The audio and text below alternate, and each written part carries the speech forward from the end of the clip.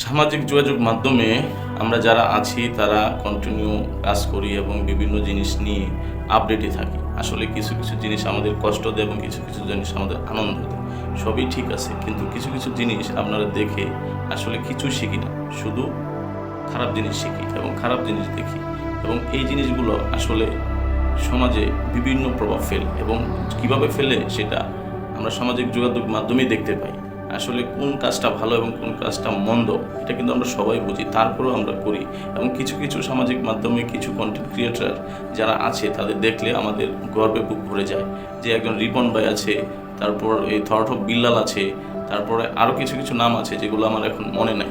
তাদের দেখে মনে হয় যে আসলে সামাজিক যোগাযোগ মাধ্যমে এগুলোই হওয়া উচিত। আর কিছু কিছু আছে যেগুলো আসলে কি বলবো, আসলে নিজেকে অহংকার করছি না বা নিজেকে অনেক বড় প্রমাণ করার চেষ্টা করছি না, কিন্তু কিছু কিছু জিনিস আসলে দেখলে মনে হয় যে এই ফেসবুক থেকে চলে যায়, যোগাযোগ মাধ্যম থেকে চলে যায় আছে।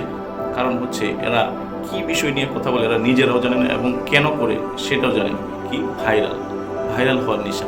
আসলে ভাইরাল হন আর যাই হন, নিজেকে আগে আয়নার সামনে দেখবেন যে আপনি কি করা উচিত এবং কি করা উচিত না, এবং নিজেকে আপনি কোন পর্যায়ে দেখতে চান। এই অল্প সময়ের জন্য আপনি ভাইরালের নেশা হয়ে নিজেকে বিলিয়ে দিলে, নিজের মান সম্মান নষ্ট করে এগুলো ভাইরাল হলে একটা সময় আপনাকে কেউই মনে রাখবে না। আপনি এই সামাজিক যোগাযোগ মাধ্যম থেকে বের হয়ে যাবেন এবং আপনাকে কেউ লাইকও করবে না, ফলো করবে না, শেয়ারও করবে না। এই যোগাযোগ মাধ্যমটা এমন কিছু করেন যে ক্রিয়েটিভিটি, যেটা মানুষকে আনন্দ দেয়, যেটা মানুষকে দুঃখের সময় হাসি দেয় এবং গঠনমূলক কিছু, শিক্ষণীয় কিছু, সব শুধু ফেক জিনিস এবং নকল জিনিস, আজে বাজে জিনিস দিয়ে ভরে ফেলছে। এবং ফেসবুকে এখন ঢোকাই যায় না, যে টপিকগুলো নিয়ে আলোচনা করে এটা কোনো বিষয় নেই এবং এটা কোনো কথার মধ্যে পড়ে না, তারপর এইসব জিনিসগুলো দিয়ে কন্টেন্ট বেলায় আপলোড দেয় এবং ফেসবুকে দিয়ে দেয়। মনে হয় যে এটাই মনে শেষ, আর জীবনে আর কিছু নেই।